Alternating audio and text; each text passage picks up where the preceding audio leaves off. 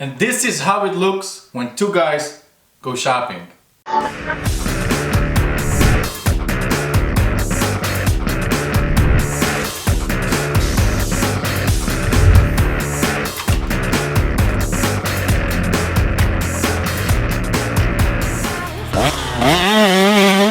Hey guys, Rado here with Dallas, and we got a little crazy today. We went for a crazy shopping spree and bought pretty much everything we need, right?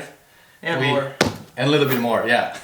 So, you know, we do this build, and I want to do it really nice for Dallas, so we're not trying to do a budget build. Well, it wasn't really a shopping because we have a lot of sponsors involved in this build, which we're really grateful for. And you know, we want to just walk you through everything we got here on these two tables, why we got it, what is the advantage of that different mod, and all the good stuff. So let's get started. And I never done this before, that I took every single, you know, part, mod that we have for the build and put it here and show it to you guys. I would usually do that in the stages, but today, since we have everything in and we didn't start the work on the bike yet, you see there is a, oh yeah, you can see the powder coated frame, so you know the color.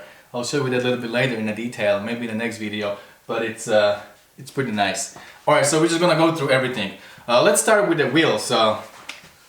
These are Task Impact blue anodized wheels, because you know it's a Husky, so we're thinking Dallas, you had option to go with white or blue anodized, right? So the blue anodized looks better, right? I think for sure. Give it that. Yeah, so we wanted to keep it blue, Husky, so we have a nice setup with oversized front, brake rotor, Dunlop tires, 80/81 front and rear. You know, everything is legit brand new. We got even a sticker, so yeah, should be good to go here. So this is the front wheel. In the back, the rear wheel, we have a Super sprocket already installed. We're gonna have gold chain, so it's gold and black for the rear sprocket. I think it will look good. Nice contrast over there. And the gold chain is right here. Super sprockets, and also we have a Super sprocket front sprocket as well. And since we are in the back, we also want to rebuild the brakes. We got them all nice, hydroblasted, everything is nice and clean. And then we got some Olboss things to rebuild them, Tusk brake pads, and we also have steel braided brake lines in the blue color from a Tusk as well. So, you know, brakes will be nice once we are done. Finishing off the Tusk. Yeah, so this is the last task part we have on the bike, shifter and the brake pedal, black and blue, nice anodizing, nice touch over there. Okay, and then I think by now you guys are kind of getting a sense of what kind of color combination we are going for, right? Well, we were thinking what to do, like blue anodizing or black anodizing or silver maybe, or what to do, and I think Dallas came up with the idea that it would probably be the best to keep it black, right? With all the parts. Colors stay consistent, I think. Because it's you know, it would be nice to have it blue, but then there's so many different kinds of blue when you get the anodizing from different companies. Right. So then, you know, it will look like we are going for a blue on the bike, but you have dark blue, lighter blue, darker blue. You have 4 different kinds of blue, and usually black is black, right? Yeah. so that's what we did. So majority of the anodizing would be black, frame is blue, and we have all white plastics, and then we will throw in a couple different colors to make it a little more interesting. So here, let's move forward here. These are the brand new radiators that Dallas had in the garage for a couple of years, right? Yep. And they came handy for this build, so we're gonna go with the brand new radiators.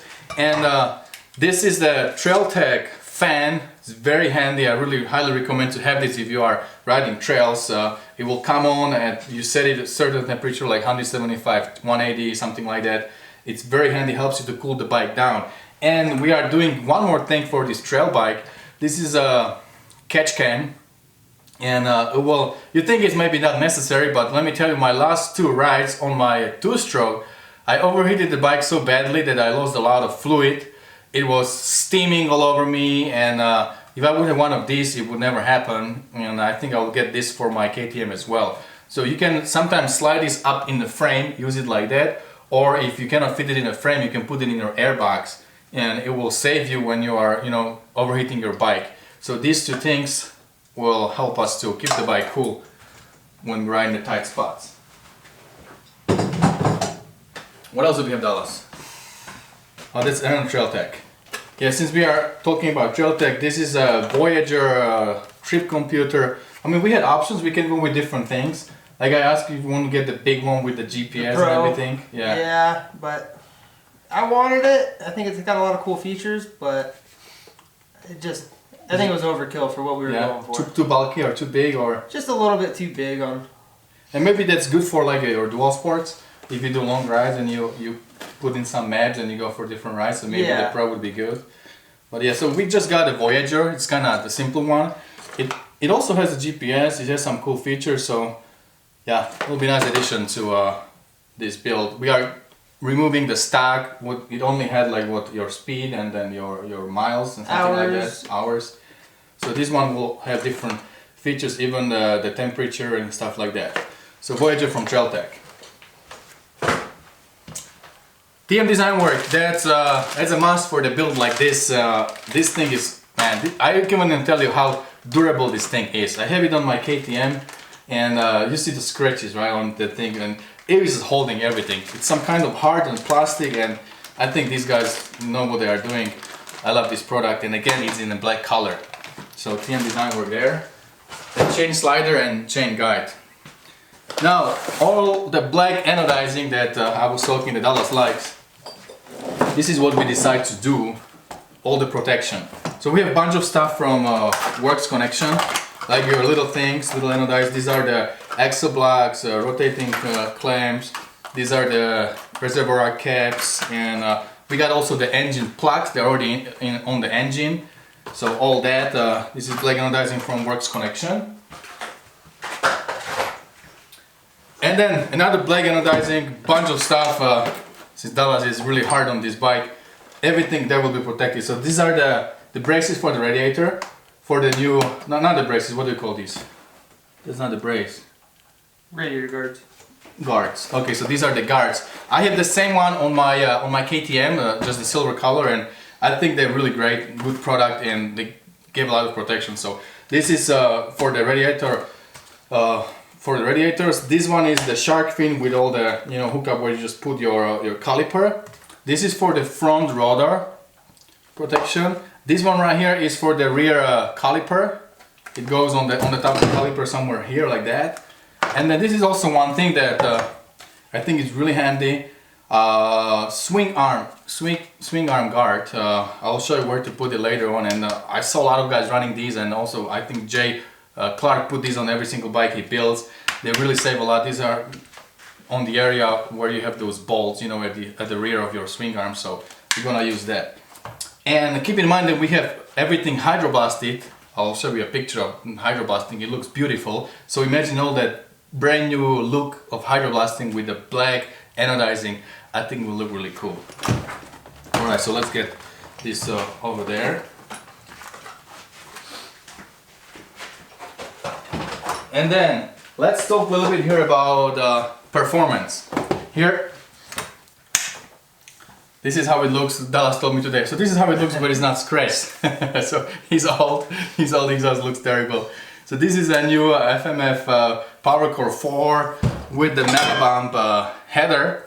Is what's going to go on the bike.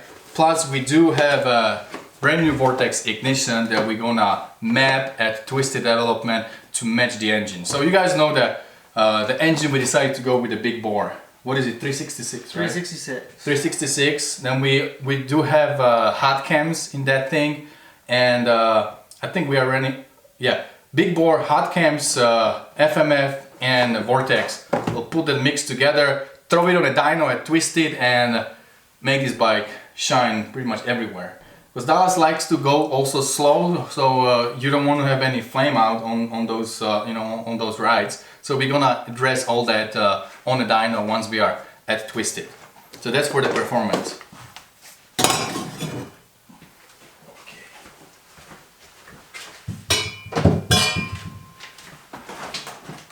All right, here to make the bike feel brand new, factory Links gave us these kits for the swing arm and also for the linkage. So we're gonna rebuild the bearings, pack them, and you know, everything will feel nice and tight over there.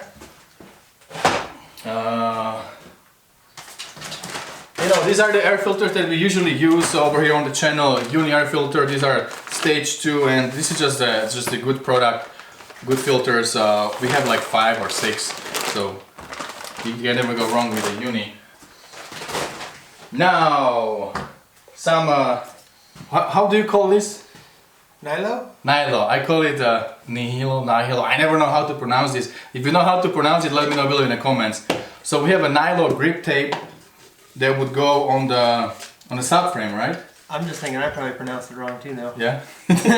I don't know. Like, I know that my pronunciation is many times off because, you know, I'm not an American guy born and raised here. So, okay, these are the grip tape we're gonna put somewhere on the frame and probably on the subframe. It has a composite subframe and it's exposed, so we're gonna do that. Now it's hard to put it back. I'll do it later.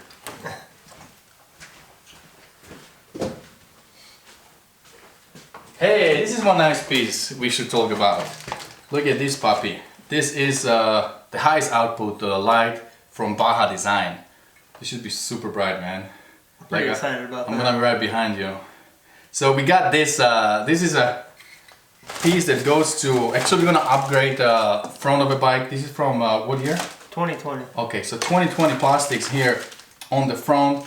The light goes right here like that, and it will look amazing. And it will be super bright. So you had some light there before, some stock Husky light or something like that? I played around with a couple different ones and never went and got the right one. So for this build we got the right one from Baja Design, and also all the plastics, actually everything is 2014, right? Yes. Only the front would be 2020. Yes. Okay, so also the front fender we're gonna use 2020, and since Dallas is a machinist, he will make a bracket that will fit that fender, right? That's the plan. So okay, so these are the plastics, and here the rest. Let's bring all that. Everything is white, you know, all the plastics we got white, but we're gonna play with the graphics quite a bit. We're gonna change the colors. Oh, there's a little bit of yellow on the shroud, so yeah, we have everything from. Now I also don't know how to pronounce. Is it UFO or is it UFO? What do you call it? What is it? UFO. UFO. All right, so this is a UFO plastic in white color. We are coming almost to the end. Another cool stuff that I'm really pumped about is this linkage protector from Fastway, and this thing is it's really you know, bulletproof, even though it's from Fastway. It's a kickstand from them, and also this linkage protector that will keep us safe. You know, Dallas is hard on those bikes, and he's sliding over the rugs and doing things like that. So this will help him to keep the bike running and in good condition. Also, we got IMS. Let's look at IMS. IMS foot pegs, nice and sharp, should keep you there. IMS core, and also first I had to actually talk him into it. He didn't want to do the big tank. He was like, it looks kind of funky, right, or something. No, just extra weight. Yeah, extra weight. But then I think it's good to have it. If you go for those longer rides, and you still have your stock, so you can throw it back, you know, if you don't really use it. But for the build, we decided to go with the big tank from IMS, and this design actually is not that bad. You know, some of those tanks, they're so tall over here, right? And it looks terrible, like that 500. Yeah, like so ugly. I don't know. This one it's not too bad. If you look at it, you know, the seat will come right here, and then it's nice and wide over here. I think it will fit the bike nicely. It'll be cool. Alright, so IM is over here. And then yellow Enduro Engineering seals for the handguard. So you probably know that yellow would be one of the color on the bike. And these are the black, you know, the frame for the handguards. We're gonna go with this design. This is for Trail Tech, you know, the, what do you call it, the mount we're gonna use, and it's nice and billet aluminum, also sturdy, will keep it protected. ODI soft rubber black and yellow lock-on grips, and also we got a Tusk kit, all the bolts and fasteners that we need for this build. That's all. Oh, and the bars.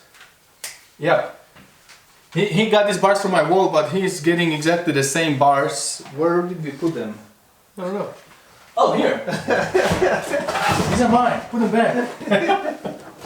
So we got bars from Fly. This is a KTM band, and this is what Dallas likes to ride run on his bikes. That feels natural to him. So we got the KTM band from a Fly Racing guys, and I think we are pretty much at the end. Oh yeah, all balls. We're gonna go with the new cables for the throttle, make everything nice and smooth. And Dallas is holding over there something that we have to mention too.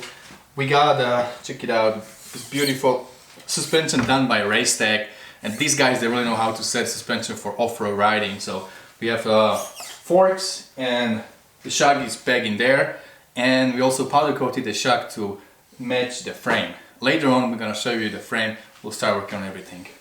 Alright guys, so I think that's about it. So this is how it looked when two guys get crazy and go shopping. We didn't buy any shoes or nothing like that. This is pretty much everything we get, and I think we're pretty pumped how everything is looking so far. So let us know below in the comments how you like the parts and components we picked for this build.